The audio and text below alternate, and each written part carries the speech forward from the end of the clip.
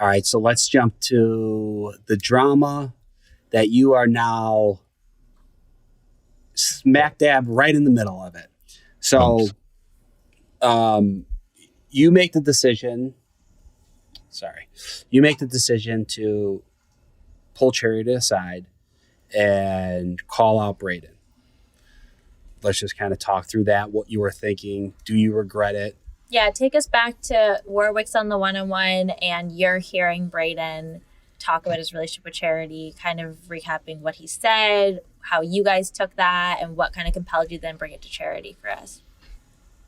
Yeah. You know, Brayden, I feel like everything kind of compounded for him from night one to this point with his, I guess just his quarrels about the process.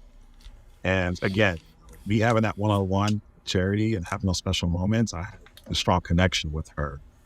And to hear someone else say that they're not sure about this process and, she's has some character flaws and there's things like that. It's like you're hurting someone that I'm dating, right? So I took that personal. I also wanted to feel like I was her protector in a way because Nehemiah was her night one.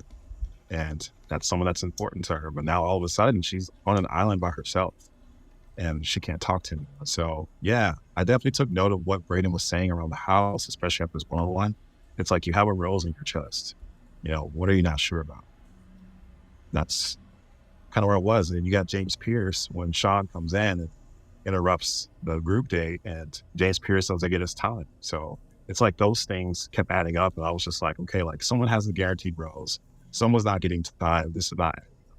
So it's like, hey, like there's other guys that want to be here and would love time. And there's guys that have time and has no idea what's going on. When you say Brayden was talking about Charity's character flaws, are you referring to when he was kind of, bitching about her making out with Joey for X amount of time? Is that what we're talking about? Or is there more that we didn't see? Yeah, I mean, I'm not going to air it all out, but there was definitely more around the house. I feel like what was aired was a pretty accurate depiction of what was going through his head.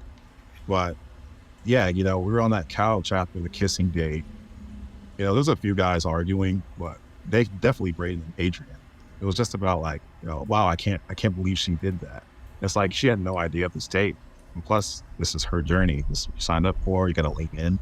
She said that multiple times too. You got to lean into the process. And it's like, just do it, just lean in and you'll find that, you won't spiral as much if you're not thinking about what's going to happen weeks down the line.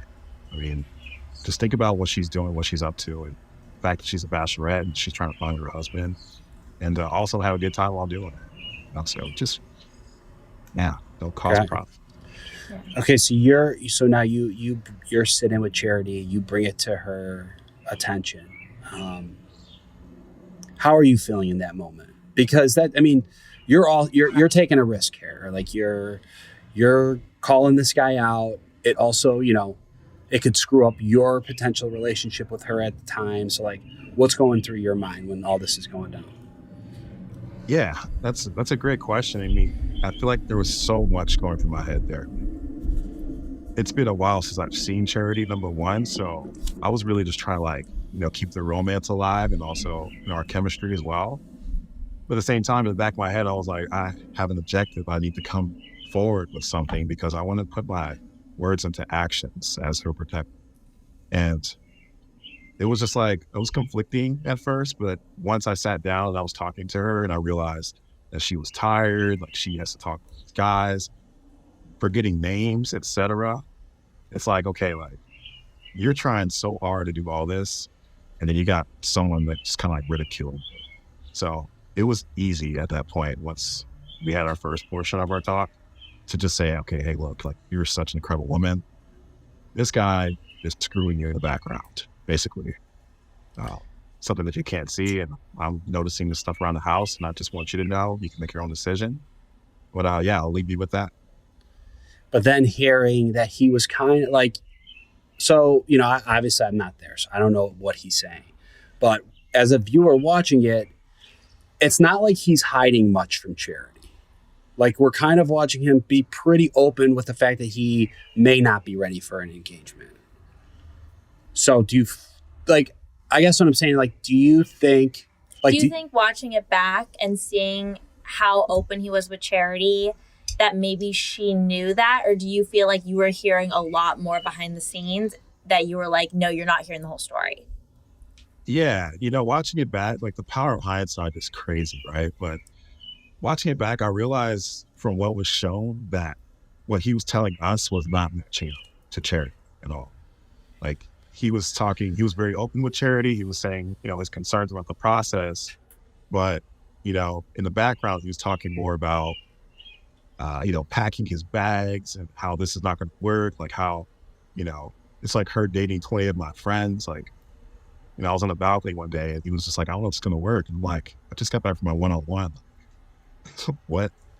So yeah, there was definitely some red flags in my head kind of came up, and I wanted to let her know ASAP.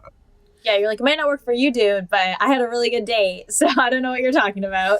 Well, I'm the one person you shouldn't tell. That's how I felt. Did you have that conversation with him? Yes. We had a quick conversation on the balcony, and I was like, hey, dude, like, just lock it. Literally just lock it. That's all you have to do. And yeah, from there, I really didn't see him as much with the dates and all that, but it was just not getting better at all. And like, it was just kind of becoming something in the house and with other, contestants. And I was like, okay, this is actually becoming an issue.